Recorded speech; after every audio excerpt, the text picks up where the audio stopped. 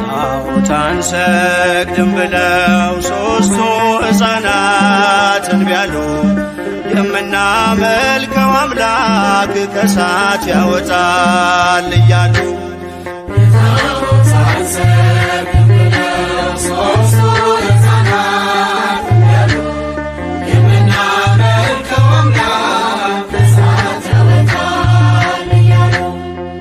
ጣዖት አንሰግድም ብለው ሦስቱ ሕፃናት እንቢ አሉ። የምናመልከው አምላክ ከእሳት ያወጣል እያሉ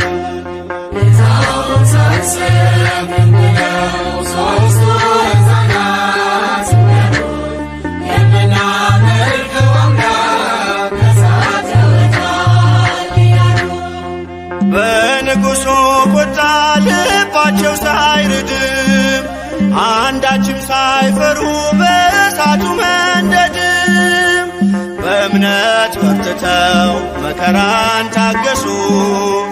የታመኑት ጌታ ፈረደ ለነሱ።